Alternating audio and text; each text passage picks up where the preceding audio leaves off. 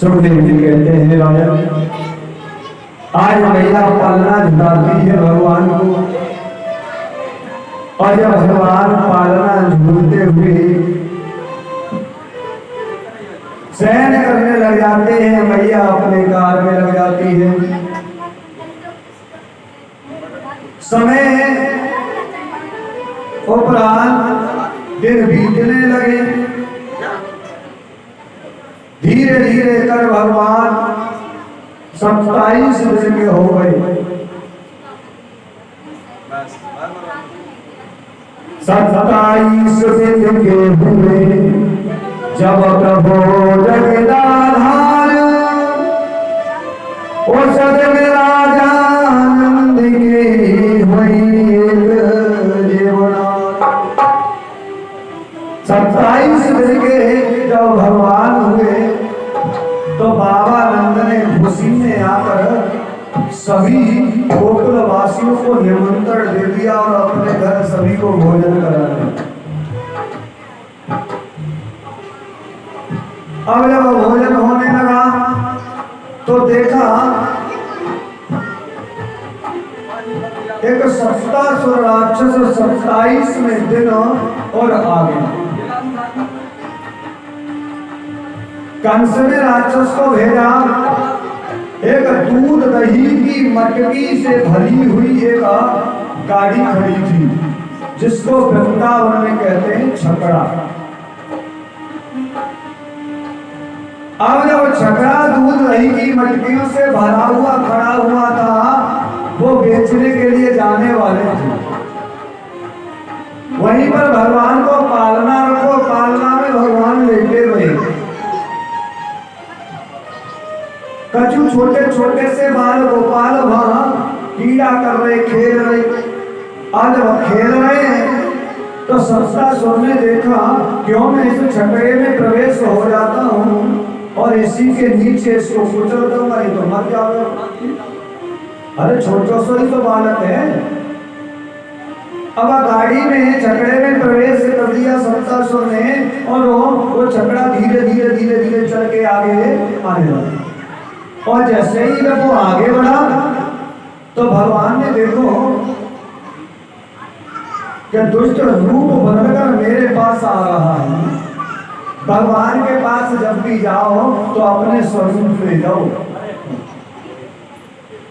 भगवान जल्दी से उद्धार कर देते हैं आसानी, और जब रूप बदल के जाते हैं तो पुतना भी स्वरूप को बदल कर देते। मगर भगवान ने उसके उस स्वरूप का विनाश करके और जो उसका राक्षसी रूप था वही दे दिया।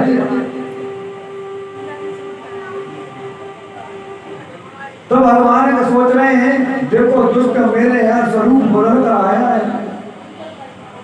अब भगवान ने झूले में से अपने पैर को उठाया और कहते देखते ही देखते इतना लंबा पैर हुआ कि जैसे ही उस छकड़े से स्पर्श हुआ, गाड़ी से टकराया, तो वो गाड़ी आकाश मार्ग में गई और घूमते हुए भ्रमण करते हुए और धीरे धीरे धीरे जैसे ही जमीन पर आई तो जो मटकी फटकी की सब टूट गई। अब छकड़ा गाड़ी चूर चूर हो गई। अब वो लकड़ की गाड़ी थी, अब वो टूट के चूर हो गई। आवाज आई घनघोर, माता बाहर आई, सोचने लगी कुछ पैर पूर्व अंदर गई तो गाड़ी खड़ी हुई और थोड़ी ही देर में ऐसा क्या तूफान आया हो कि गाड़ी टूट गई। अरे नारा कहाँ भयो? हम कछु बाल गोपाल कीड़ा कर रहे, पूछने लगी भैया, तो कहने लगे बाल गोपाल अरे मैया तोड़े नाए मतो। अरे तेरे लाला ने ये झूला में से इतनी लंबी लात करी और गाड़ी को आकाश में ले जाकर और जमीन पे गिरा दियो और सब मटकी फूट गई। मैया कहे वो 80 साल की बुढ़िया जो 152 भरो लाला इतनी लंबी लात कर से है जो गाड़ी पलट दे। अरे ना है भैया तेरी सुंदर लाला ने इतनी लंबी लात करी कि गाड़ी पलट गई। अब बच्चे तो सत्य बोल रहे थे मगर मैया माने नहीं। उसको विश्वास ही नहीं कि मेरे लाला का पैर इतना लंबा हो सकता है। अरे भगवान का जो इतना लंबा पैर हो सकता है कि 700 लोगों को एक बार में नाम लेते तो वो तो थोड़ी सी लंबी गाड़ी। जब राजा बलि के यहाँ है तो 2 पगों में पूरे ब्रह्मांड को उनने नाप लियो।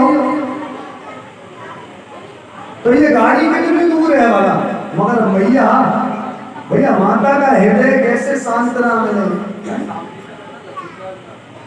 सुखदेव जी कहते हैं अब मटकी जैसे ही साफ करने लगी गाड़ी वाड़ी जैसे ही हटवाई तो देखा सप्तासुर राक्षस मारा हुआ। अब तो भयभीत हो गए, सोचने लगे देखो पहले पूतना आई इतनी विशाल, अब देखो सप्तासुर आ गई, ये कितना बड़ा विशाल राक्षस आया मेरे लाला को मारने। अब हम रहेंगे नहीं इसमें, अब हम इसमें नहीं रहेंगे। विचार बनाने लगे जाने धीरे धीरे करके 6 मास के बाद में जैसे साल के हुए भगवान, अब साल के जैसे ही हुए वैसे ही एक तृणावृत राक्षस को भेजा कंस ने, जो भगवान को उठाकर आकाश मार्ग में ले गया। अब भगवान ने उसका भी उद्धार कर दिया। न कोई अस्त्र का प्रयोग किया न शस्त्र का, किसी को उंगली लगा देते किसी को अंगूठा स्पर्श करा दिया, बस उसी से उसका उद्धार हो गया।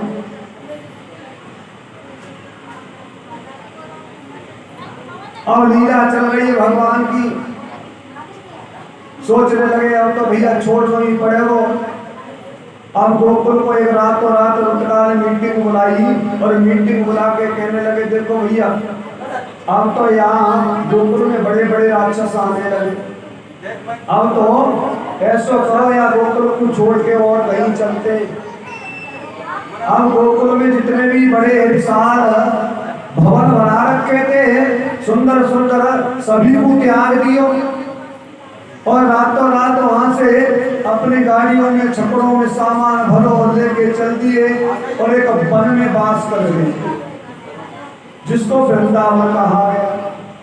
वृंदा के तुलसी के बड़े विशाल वृक्ष थे,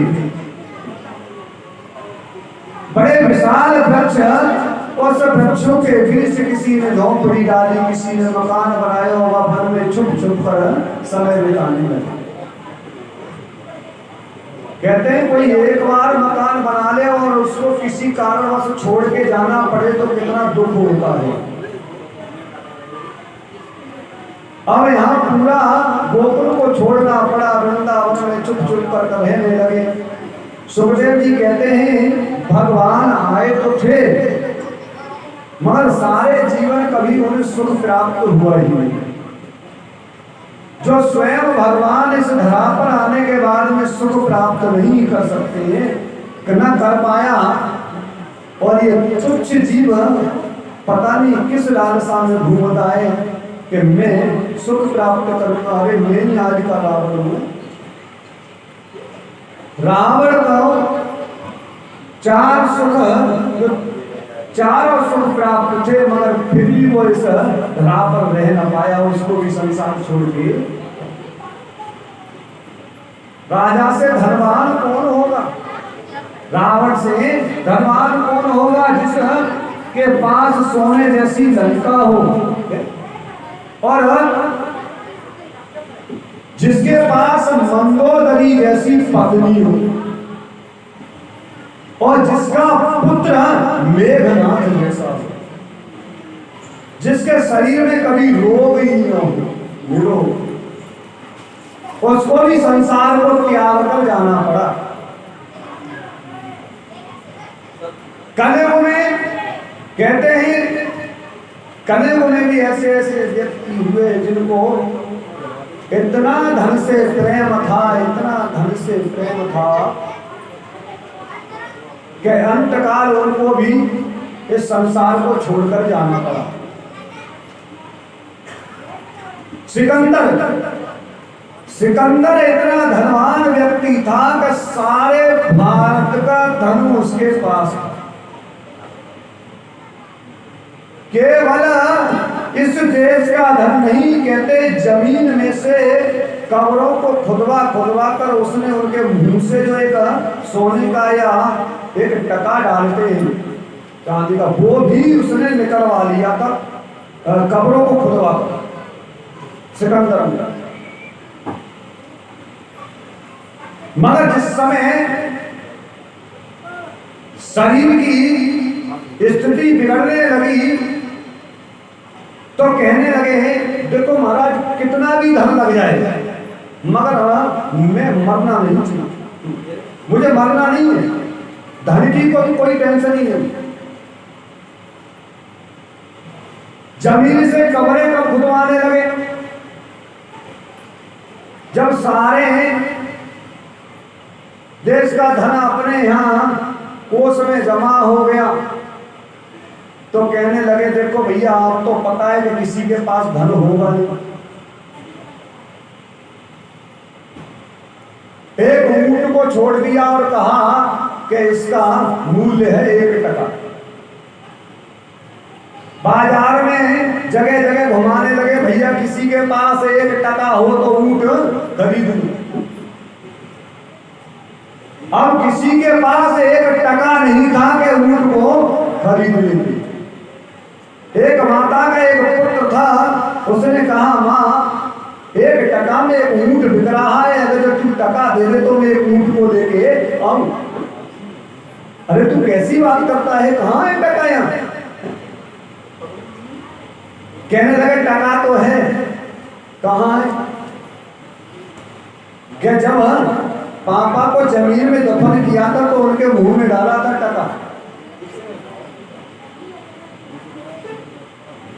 अब गए भैया उनकी कमर को खोदा और उनके मुंह में से टका लेकर और वो ऊंट ले लिया।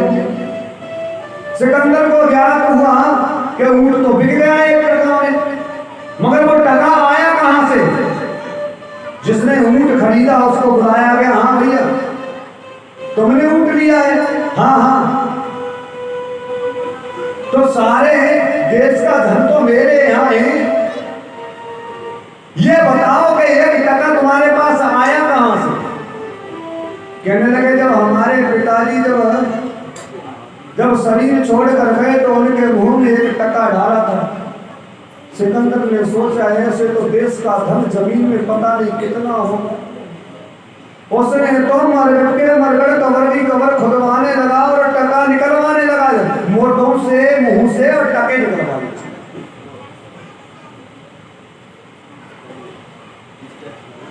शरीर की अंतिम गति जब होने वाली तो कहने लगे, देखो भैया कितना भी धन ले लो मुझे बचाना है। कहने लगे महाराज ये धन वाला कुछ नहीं करेगा, ये शरीर का तो विनाश होना ही होना है, यहाँ मरना तो निश्चित है। सिकंदर कहने लगा जब मरना ही था तो इतना पाप कर्म क्यों किया, इतना धन संपत्ति जोड़ी का है? जब ये हमें मरना ही है तो इतना धन क्यों, किस लिए? कहने लगे देखो भैया अब तो निश्चित है कि मरना है पक्का, तो बात ऐसी है जब मैं मरूं तो मेरी डोली को हर गली से हर नुक्कड़ से निकालना, और ये जो हाथ है ना ये मेरे टिकटी से बाहर कर देना, जिससे सभी को पता लग सके कि इतना धनवान व्यक्ति भी आज जब गया है तो उसके हाथ।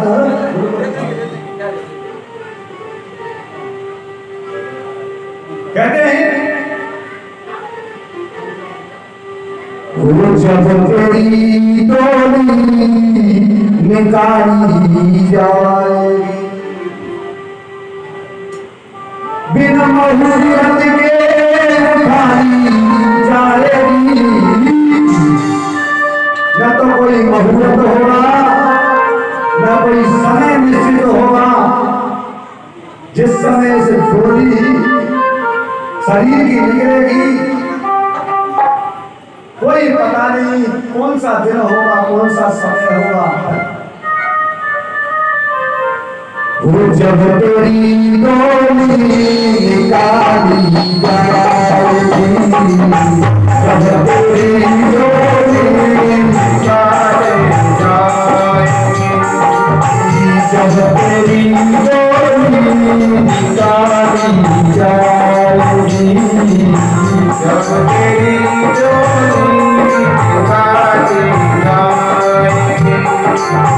दिन मुहूर्त के उठानी जाएगी, दिन मुहूर्त के उठानी जाएगी, जब तेरी डोली निकाली जाएगी, जब तेरी डोली निकाली जाएगी।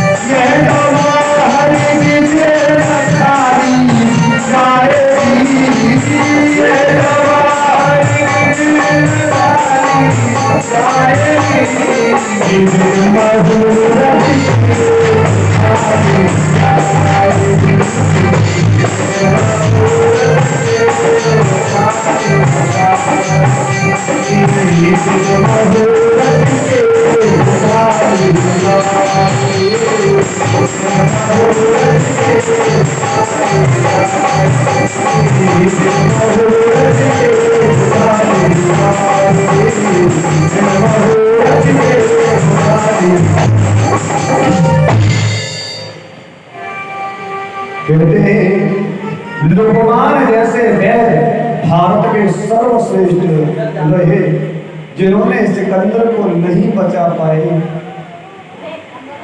जिसकी दवा कभी खाली नहीं जाती थी, बात भी टाली नहीं जाती। कहते हैं तो संसार में कमा कितना भी हो, सब यहीं का यही रहना है। हाँ। मन का धन कर लोगे थोड़ी देर के लिए, तो जब यहाँ के लिए कुछ कमा रहे हो तो वहां के लिए भी कुछ साथ साथ में कमाते हो।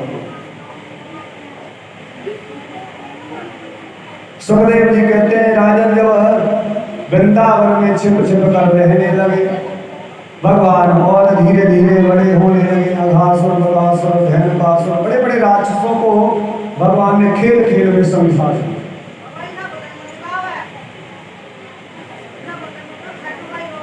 एक दिन भगवान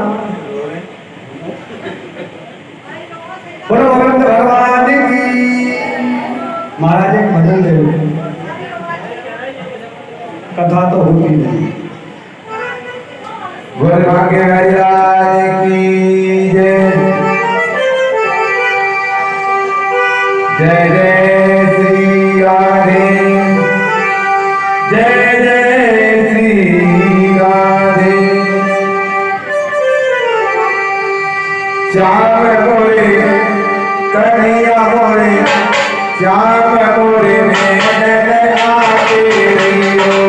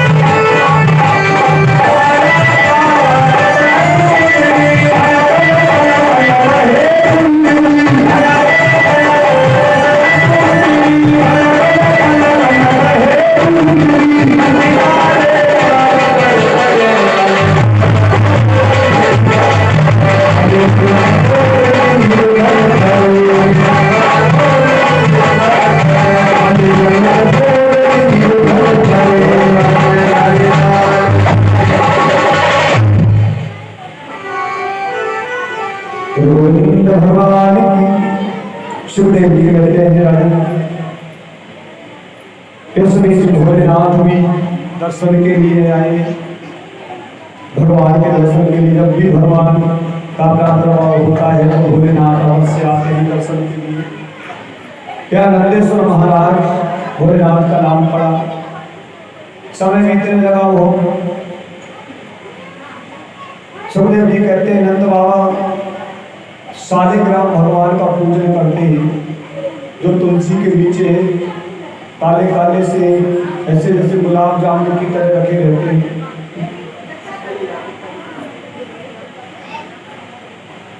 जब उनका पूजन किया करते हैं नित्य भजन, उसको गंगा जल से स्नान कराते हैं, शहद दूध दही शर्करा घी।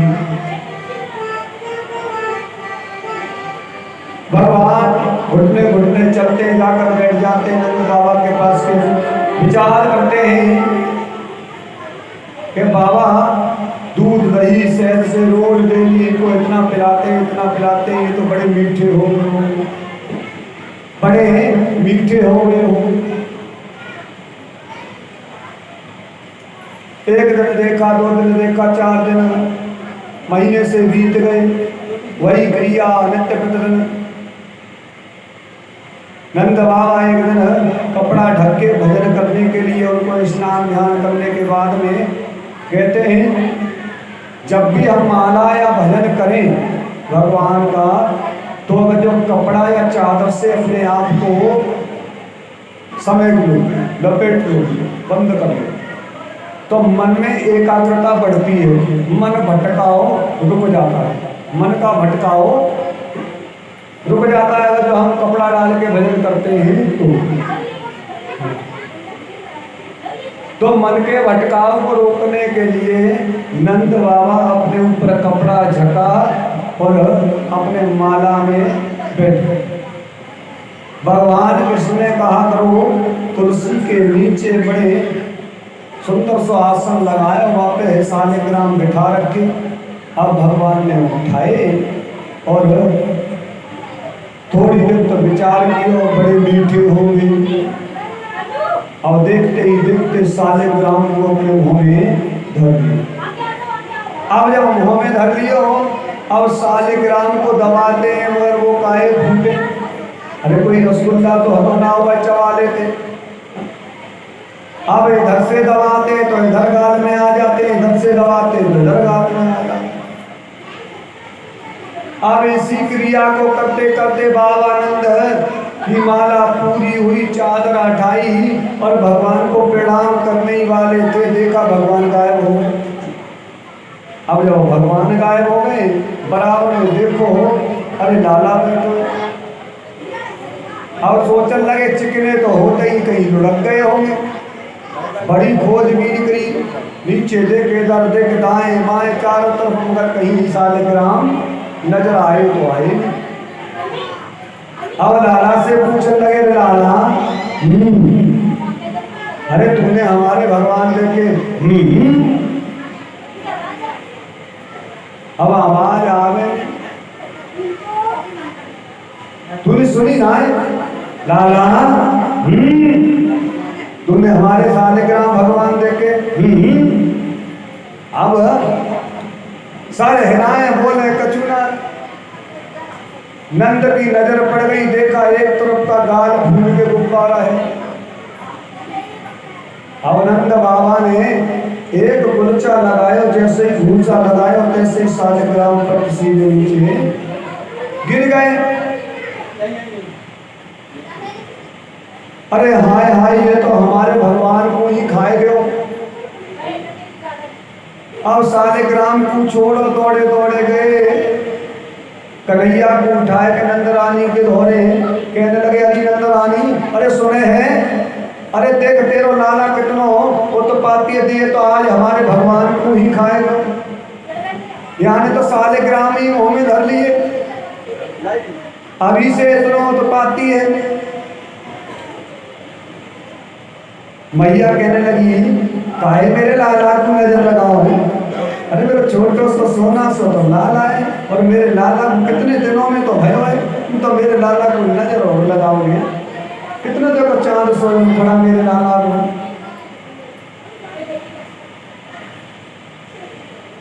चलो हटना, अरे तुम्हारे भगवान से कोई कम तो ही ना मेरा लाला, तुम्हारे भगवान से ज्यादा सुंदर दिखे मेरा लाला। अरे मेरे लाला को तुम्हारा भगवान देख ले तो वो भी शर्मा जाए। हाँ, और हटो, मेरे लाला को नजर मत लगाओ। हाँ, हो मेरी श्याम का मुखड़ा, लगे चांद का टुकड़ा, फूल जल ना लगे मेरे श्याम। अरे मेरे लाला को नजर लगाओगे तुम। हो मेरी श्याम का मुखड़ा, लगे चांद का टुकड़ा, फूल जल ना लगे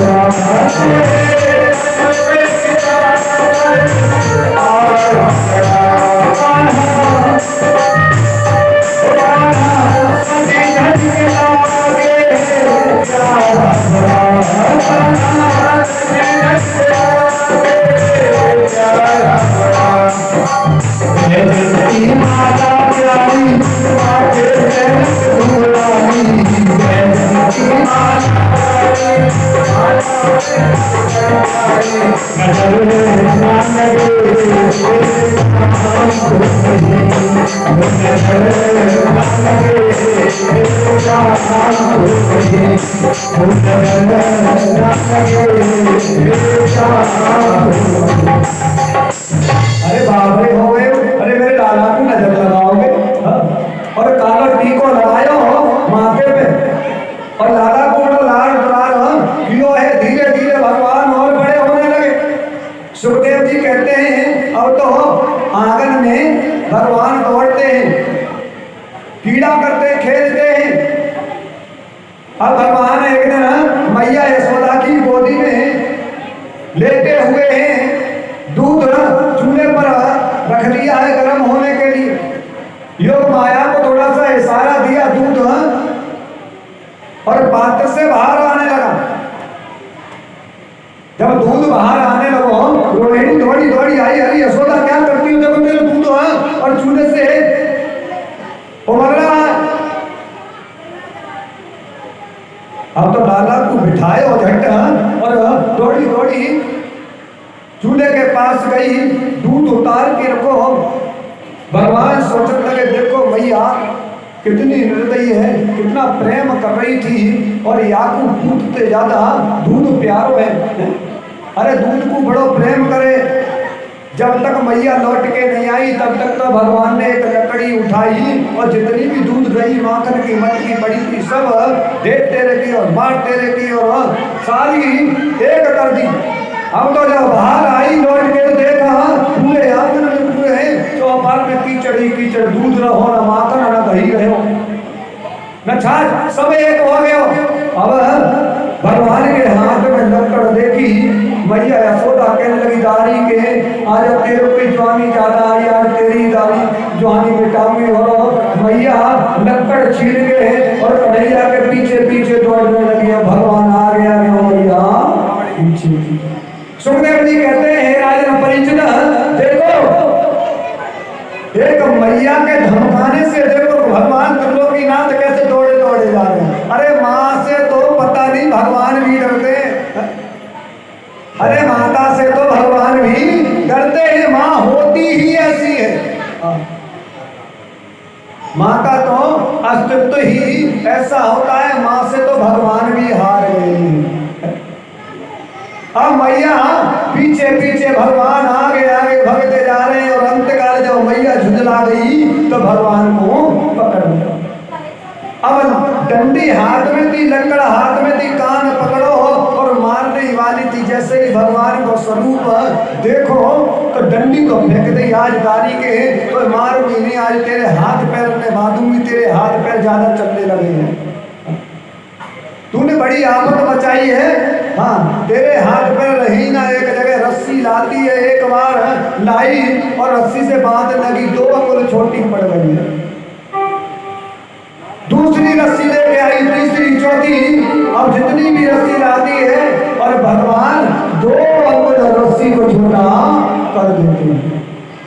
अब तो ये पता नहीं कि रस्सी छोटी होती है या भगवान मोटे होते। अब जो भी होता है ना बड़ा आश्चर्यजनक है। सुखदेव जी कहते हैं कि आज मैया जब ज्यादा झुंझला गई मैया तो भगवान सोचने लगे अब तो मैया ज्यादा बिलखने लगी, अब तो बंध ही जाते हैं। और भगवान उस रस्सी से बंध गई। सुखदेव जी कहते हैं कि जिसको सारा संसार बांध नहीं सकता वो प्रेम की डोरी से बंध जाता। कितना भी दुष्ट से दुष्ट व्यक्ति क्यों न हो उससे काम कराएं, अगर जो हम उससे क्रोधवश काम कराएंगे वो तुम्हारा कभी नहीं करेगा। वो तो प्रेम से कराओगे तो जानवर भी प्रेम को समझता है। अब भगवान मैया के प्रेम में इतने मोहित हो गए, आज रस्सी से बंध गए और मुखर से बंधे हुए भगवान खड़े। रोहिणी से कहा दारी के छोड़ मत दइयो, न तो तेरी मेरी है जाएगी। हाँ या दादी के छोड़ दियो तुम्हें तो आज हमारी और तेरी है जागी। यशोदा रानी काम में लग गई। देखते ही देखते भगवान ने कहा करो कि वह उखल को थोड़ा झटका लगाए और वो उखल खड़ी थी वो लुढ़कने लगी। अब घुटनों हो गए। अब घुटनों होकर भगवान तो आगे आगे उखल पीछे से लुढ़कता हुआ चल रहा है। द्वारे पर 2 पेड़ खड़े हुए यमुना अर्जुन जी, दोनों पेड़ों के बीच में से भगवान गुजरे तो मुखल अटक गया और जोर लगाया तो पेड़ टूट के नीचे। माया के साथ ही 2 पुरुष उत्पन्न हुए, नल कुबड़ और मड़गिरी, जो कुबेर के पुत्र नारद जी के श्राप योग से और वृंदावन में पेड़ बने खड़े हुए थे। हजारों वर्ष बीत गए खड़े खड़े। आज भगवान ने उनका उद्धार किया। कहते मदरा पीकर सरोवर में नग्न स्नान कर रहे थे अपनी पत्नियों के साथ। नारद के आते ही पत्नियों ने तो वस्त्र ढक दिए डाल दिया, मगर ये नंगे नंगे ऐसे ही खड़े रहे। नारद जी ने श्राप दे दिया कि आपको नंगा खड़ा होने में बड़ा आनंद आ रहा है, जाओ आज से पेड़ की योनि को भोगना। ऐसे के ऐसे युगों तक तुम आप ऐसे ही नंगे नंगे खड़े रहो। बोलो गोविंद भगवान की। और पेड़ कहाँ योनि प्राप्त हो गई। जब क्षमा याचना मांगी तो कहने लगे ज्यादा करते हो, ज्यादा रोते बिलखते हो तो पेड़ की योनि तो प्राप्त होगी, मैं आपको वृंदावन में वास दे दूंगी। वृंदावन में पेड़ बनो, और जब द्वापर युग आएगा भगवान अवतरित होंगे तो भगवान के हाथों से आपको उद्धार मिलेगा। भगवान ने उद्धार करो, थोड़े थोड़े पड़े और भाई। अब देखे तो भगवान अब घर में होता है माखन, घर में भी चुरा के खाते हैं, बाहर समय सलाम के साथ निकल जाते हैं, वहां से भी खाते हैं। अब एक दिन की बात के सुखदेव जी कहते हैं एक व्यक्ति अपने घर से हल लेकर गए। पहले पुराने जमाने में हल ज्यादा चला करते थे और खेती बाड़ी करने के लिए हल रखा कंधे पर। 4 बजे का समय है और कहने लगे धर्म पत्नी जी सुनती हो? हाँ। तनिक जरा गेट लगा के रखना। हाँ, हम खेत के लिए जा रहे हल लेकर। वो नींद में थी बेचारी, उन्होंने गेट लगाया नहीं और वो सो गई। अब भगवान का महल सामने था, देखा शयन कर रहे, आंख खुली, सामने से भैया हल उठा कर गए। अब गेट खुला पड़ा रहा, सोचने लगे चलो आज सामने वाले घर में ही चलते, कुछ मिल जावे तो आज वही भोग लगाएंगे। अब भगवान अंदर प्रवेश करे, 4 बजे अंधेरा तो था ही। अब अंधेरा में वो ठकोरा लगाते रहे, कुछ पाया नहीं। अब जब कछु ना मिलो तो वापस उदास होकर चलने लगे, सोचने लगे आज तो दिन खराब है, अब तो कछु मिले बोला। जब वापस चले तो जाते जाते देखा एक पर तो वो माता जी पड़ी, वो भी पड़ी है, और एक पर वहाँ की पुत्री लेटी हुई है। अब जब बिटिया लेटी तो बिटिया जा खटिया पे लेटी, वह खटिया की पटिया से नीचे वहाँ की चुटिया लटक गई। चोटी बड़ी लंबी रहे तो खाट से नीचे अब लटक रही। भगवान ने 2 ही पल में विचार लगाया और चलते चलते वहाँ बिटिया की चुटिया उठाई और खटिया की पटिया में 2-4 गठिया लगा मारी। अब 2-4 गांठ गंठी लगा दी और भगवान जाते जाते देख रहे कि रास्ता साफ है कि नहीं। हाँ भैया रास्ता साफ है।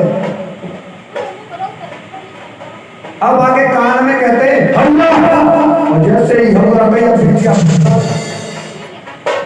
अब हवा कह के भगवान तो वहां से दौड़ गए। अब बिटिया बिगड़ाने लगी, अरे मम्मी हवा ने पकड़ ली, हवा ने पकड़ ली। अब आगे चुटिया खटिया की पटिया से बदी, अब वो अपने को खींचे और खटिया चुटिया है।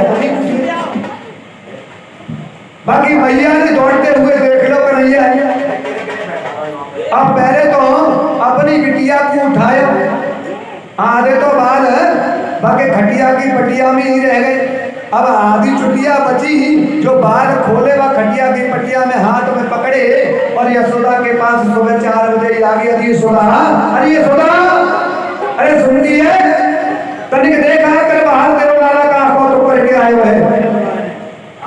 यशोदा ने सोची अभी तो मेरा लाला उठाऊ ना ये दारी की, और ये सुबह सुबह उठाना लेके आ गई। नजर मारी, भगवान अपने बिस्तर में वहीं पर शयन कर रहे और चादर को और खींच लिया। मैया ने कही दारी की आजा, आज हम तेरे को ही लेना फाड़ेंगे। लाठी नहीं और बाहर आई दारी की, आज देख मेरा लाला वही शयन कर रहे हो, अभी उठो ही ना है और तू सवेरे सवेरे आई गई। 1 मिनट रुक जाओ महाराज, क्या कर रहे हो?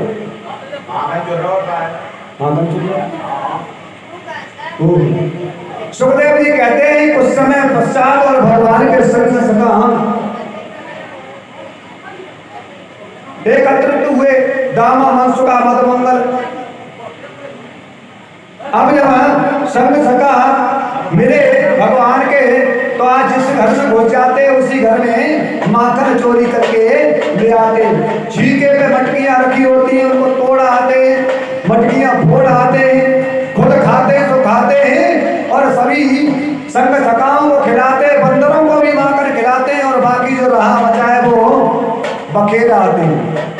सुखदेव जी कहते हैं राजन, जब वृंदावनवासी सोचने लगे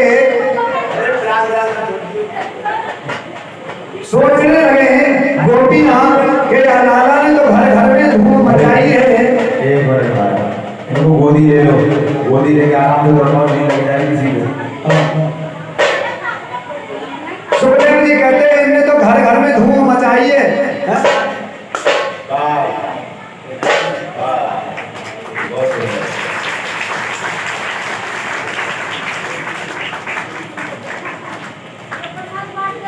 अब मटकी तो फूट गई।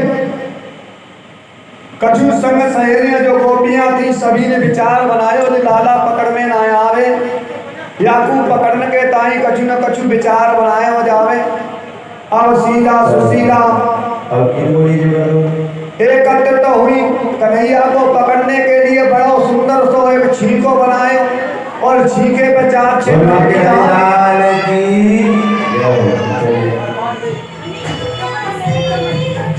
सब